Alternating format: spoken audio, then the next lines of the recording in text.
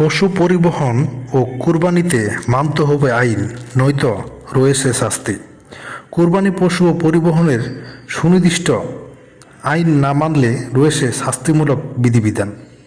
পবিত্র ঈদুল আজহা সামনে রেখে পশু পরিবহন ও কুরবানির ক্ষেত্রে বিদ্যমান আইন মেনে চলার নির্দেশনা দিয়েছে সরকার।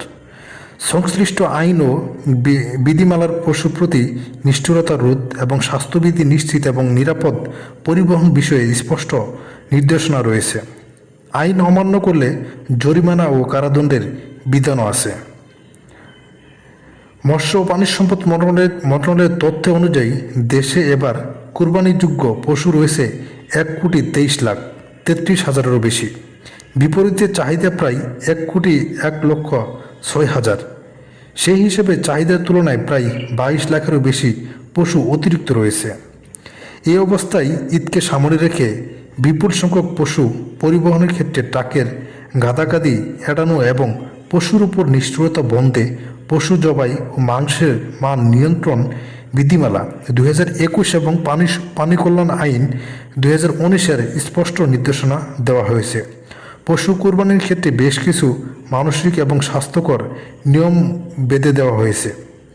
বিধিমালার 3 নম্বরে বলা হয়েছে, কোনো অবস্থাতেই এক পশুর সামনে অন্য পশু জবাই করা যাবে না।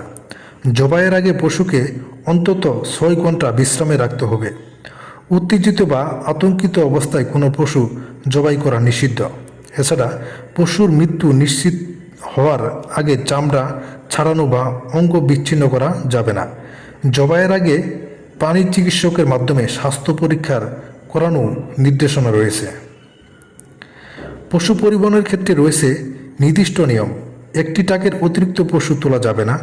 প্রতিটি পশুর দেহের চওড়ায় তুলনায় উভয় পাশেই অন্তত 15 সেন্টিমিটার এবং মাথা ও লেজের গোড়া থেকে অন্তত 30 সেন্টিমিটার ফাঁকা জায়গা রাখতে হবে, যাতে তারা সহজে শ্বাস নিতে পারে। এছাড়াও টানা 100 কিলোমিটার বা 3 ঘন্টার বেশি যাতায়াতের পথ হলে বিরতি করা এবং বাধ্যতামূলক।